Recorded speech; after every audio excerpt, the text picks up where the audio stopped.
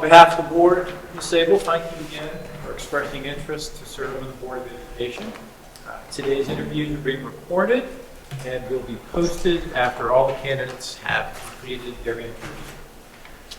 All candidates were emailed the questions yesterday at 5 p.m. and each candidate confirmed receipt.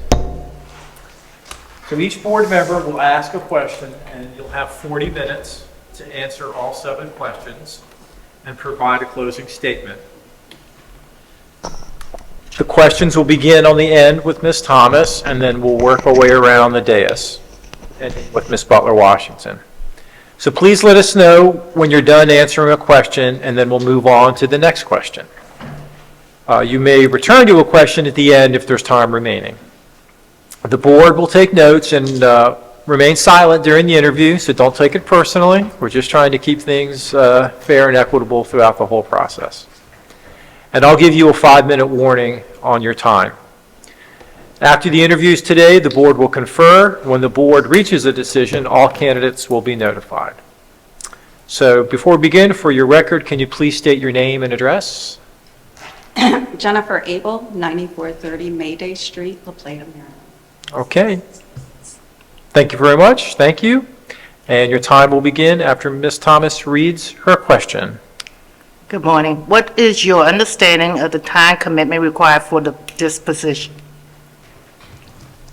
I'm going to start by answering this question, but I am going to be reading my responses. I had a minor emergency, family emergency last night, and I'm working off 4 hours of sleep, so I don't trust myself to remember everything on here. I am unique in understanding the time commitment required, having served for 18 years previously. In addition, I have a flexible job allowing me to work from home 90% of the time with non-traditional hours acceptable. I have demonstrated my ability to serve on this board while juggling life and career struggles and jubilations, all while having an excellent attendance record. In fact, I never missed a meeting even the year I was battling breast cancer and receiving treatments. That is all. Thank you very much for that. Just remind the board members, myself included, when we ask the questions, please speak into the microphone. So, there. Good morning. Why are you running for a seat on the Charles County Board of Education? Is there a particular issue or issues that has motivated you to serve in this capacity? As many of you know, I previously served as a Board of Education member proudly for 18 years. I chose not to run in the last election for multiple reasons, including 18 years is a long time to serve, and to focus on my fairly new job, new grandbaby, and possibly selling my house and moving out of the county. So what changed in the last 9 months? I miss serving on this board. This was a sort of family for me for 18 years. And I miss helping the students, parents, and staff. I now have 2 more grandbabies and have realized I'm not selling and moving away from them anytime soon.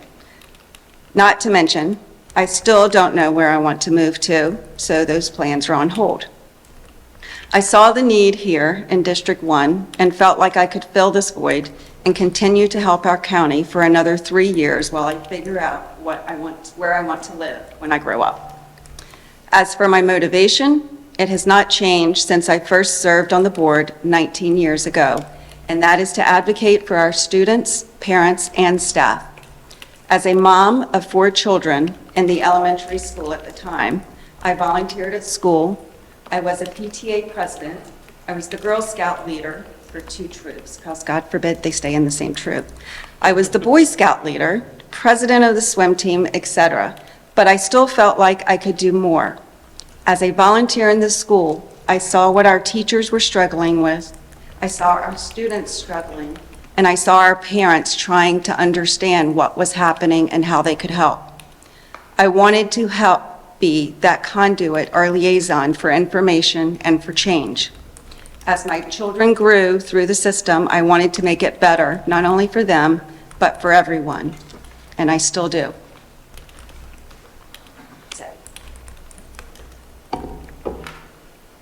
Thank you.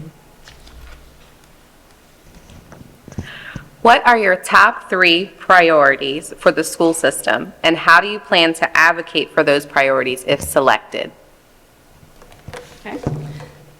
Priority 1 would be the implementation of the blueprint. I supported the blueprint as a former board member. I marched in Annapolis, attended informational meetings, served on committees, and voted to provide a budget that meets the requirements of all pillars. I emphasized this with our county and state delegates to ensure funding on a local level was allocated to fund the blueprint. The continued implementation of the blueprint is critical to meeting the required benchmarks and the success of our students. I know we have another question regarding the blueprint, and I'm prepared to elaborate more at that time. Priority 2 would be addressing the discipline issues. I have always been critical of disciplinary procedures in our school system, even pushing to have our suspension rates posted on our website many years ago for transparency. No, they weren't always there. This was met with great resistance, but it eventually happened. Ultimately, parents are responsible for their children and their behaviors. Teachers and staff need to implement discipline fairly and equitably throughout the system. As a board member, I would support the superintendent in applying the discipline matrix system-wide so that all students are treated the same. I would also encourage the social-emotional support necessary for students who act out inappropriately due to feelings of frustration. Priority 3 would be expansion of after-school activities. As a community, we need to recognize that our young people need activities, constructive activities, after school hours, especially at the middle school level. As a board member, I would support providing funding, transportation, and additional resources for activities such as clubs and tutoring to help engage students in positive activities. That's it.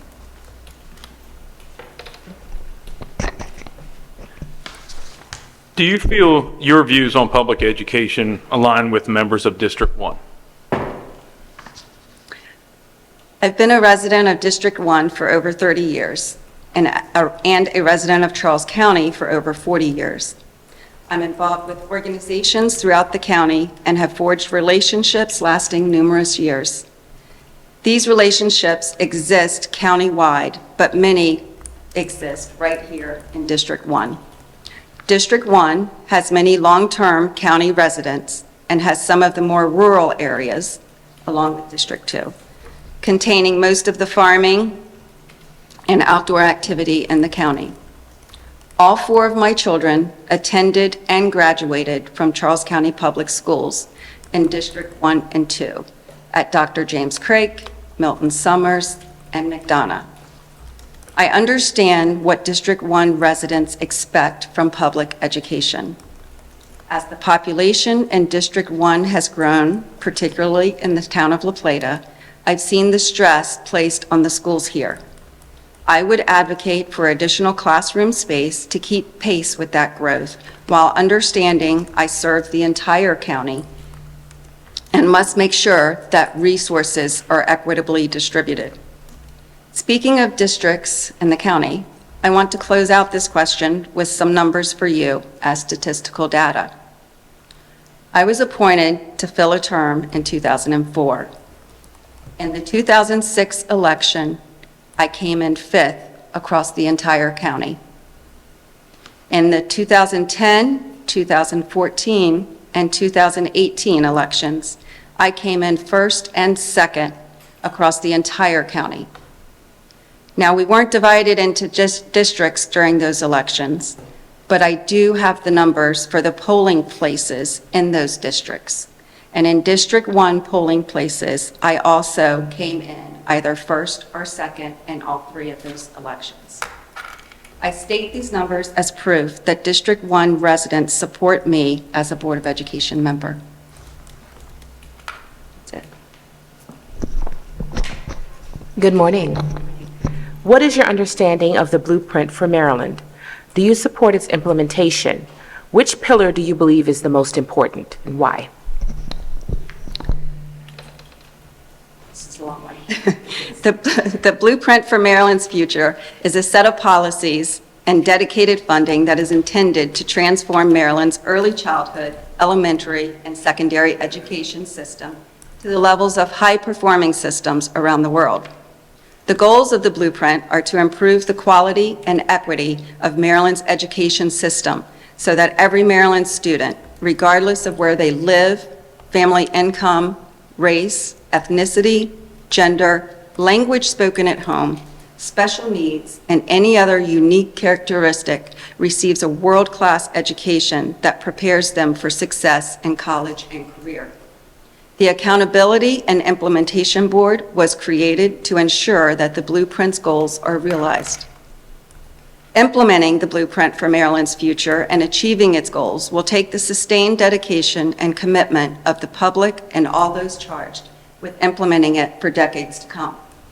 The policies and funding increases in the Blueprint will be fully implemented by 2032, but the results will not be fully evident until the cohort of students entering pre-K in fall 2022 graduate from high school in 2036. However, it will be known well before 2036 whether the policies are implemented as intended and whether student learning is continuously improving. There will be particular focus on students currently performing at the lowest levels, including students attending schools with a high concentration of poverty, English learners, and students with disabilities.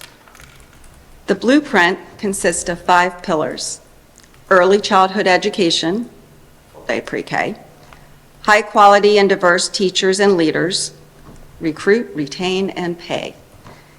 Number 3, college and career readiness, expanding the CTE program. 4, more resources for students to be successful. Community schools located in areas of high poverty. And 5 is the governance and accountability, the AIB Accountability and Implementation Board. The Blueprint ensures funding from the state to execute all these pillars. There is also a county funding portion, and the board must be vigilant in working cooperatively with our commissioners to ensure they meet their obligation in local funding of the Blueprint. Of these pillars, I support the early childhood education the most. For me, full-day pre-K is vital and the most important.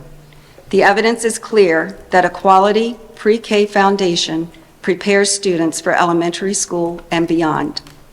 This investment will reap huge dividends for our students and our school system. In addition, it helps families, particularly single-parent households, to help with the cost of providing care for their children. Under the Blueprint, a portion of the pre-K requirement shall be provided by private providers.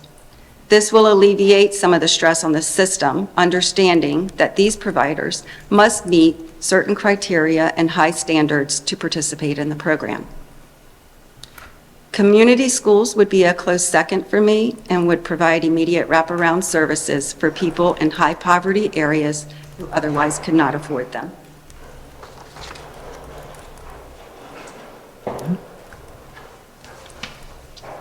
Thank you. Next question. What are the roles of the elected board and the roles of the superintendent? The board provides direction to the superintendent, and the superintendent is responsible for the implementation. That is it in a nutshell. More specifically, the board develops policies, setting standards and priorities, develops a budget and seeks the necessary finances for the system, presenting this to the commissioners, appoints, employs, and evaluates the superintendent, which I helped develop the evaluation tool, sets the parameters for negotiations with employee associations, represents the community in reflecting the aspirations and desires of its citizens for public education, observes and evaluates the conditions of schools and the quality of the instructional program. The superintendent handles the day-to-day operations. coordinates the educational program and provides leadership in its development and improvement, implements board policies and procedures and recommends changes, ensures excellent community and public relations on all levels, manages, assigns, and transfers employees in the best interest of the school system. That is complete. Thank you. Next question.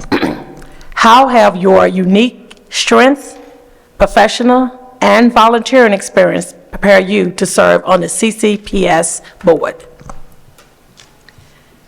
This was the most difficult question that I had, just because it's hard to talk about yourself, your strengths. But I feel like I was born to serve. I have only worked for and volunteered at nonprofits for the last 30 years. I was at March of Dimes for 18 years, and now I have been at Maryland Crime Victims Resource Center for 3 years. I served here on the board for 18 years, and Charles County Commission for Women for 4 years, the Fetal Infant Mortality Review Board for 21 years, NBC Community Relations Advisory Board for 5 years, and volunteered for the Center for Abused Person for 7 years. I enjoy helping people and providing opportunities for our underserved population, and it's something I have done both professionally and personally for over 3 decades. My strengths are in organization, finance, leadership, management, strategic planning, fundraising, relationship building, collaboration, development, event management, compassion, and advocacy, all of which are great assets to possess when serving. It's complete. All right, if you'd like to say anything else, now's the time to do that. I do. I have a closing statement. I come to you with experience as a board member, which will allow me to readily navigate the complexities of the school system. I am familiar with the staffing, budget, operations, and management, and dedicated to helping the board make fiscal and policy decisions that best serve our students and staff. I have extensive experience on the bigger policy issues such as redistricting, student transfers, and disciplinary appeals. During my previous tenure, I focused on issues, keenly aware that meeting the needs of staff enables them to meet the educational needs of our students. My tenacious advocacy for staff, students, parents, and community has yielded a well-respected reputation, and I was honored to be included on the EACC Apple ballot as an EACC-friendly candidate for the majority and most recent of those 18 years I served. I still want our schools to be parent and community-friendly organizations, creating bridges from home to school, as I believe parental involvement is key to student success. I still would like to see an increase in the school system's use of technology, using every possible tool to engage all families. And I still want to add mental health counselors for all schools and recruit more highly qualified teachers in specific content areas, such as special education. Charles County has a good school system, and I would like to continue my work to make it better, ensuring schools remain responsive and accountable to the parents and taxpayers and supportive of our educators. I am committed to transparency and strongly believe that issues and concerns should be debated in the public eye instead of behind closed doors. I am familiar with the Maryland Public Information Act and the Open Meetings Act, and have previously challenged the propriety of meetings and discussions that may not meet the requirements of the law. I firmly believe the public should receive information that is accurate, complete, balanced, and easily accessible, and has the right to know where their elected leaders stand on important topics. I pushed for televised board meetings and more timely minutes of those meetings during my tenure. I have maintained my notes and education articles on a public blog since 2006, and even presented at the National School Board Conference about social media rights, board member blogging, and freedom of speech.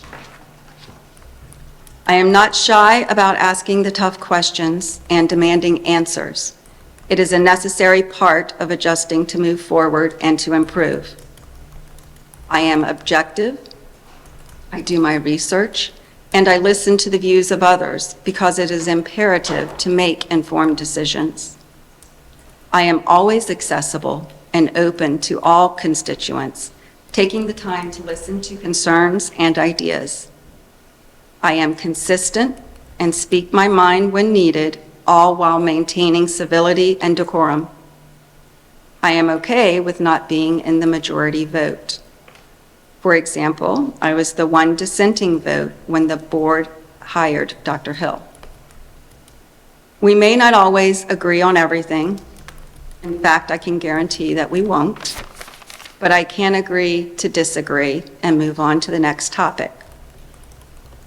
While change is natural and necessary, and in this case was forced upon you, having someone to fill the District 1 vacancy who is familiar with policies and present issues is also important.